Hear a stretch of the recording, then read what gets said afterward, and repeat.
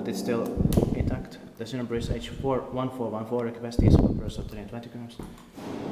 Generic, but we get paranoid. It's on. It's built in 30. We'll check the numbers later. So 1931 originally, I think. Yes, it turned 90 years old and last year, 2031. Modernized in 2012 by Hissikeskus, but had also been upgraded in the 1980s or 90s. We expected it next year, 2023, with 4 floors.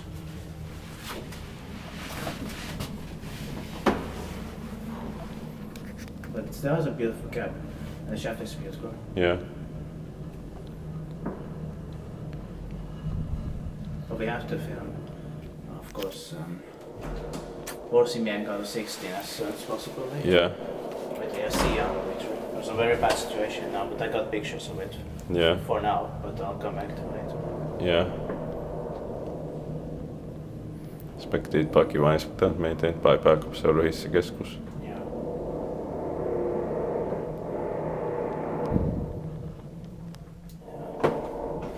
Check the address.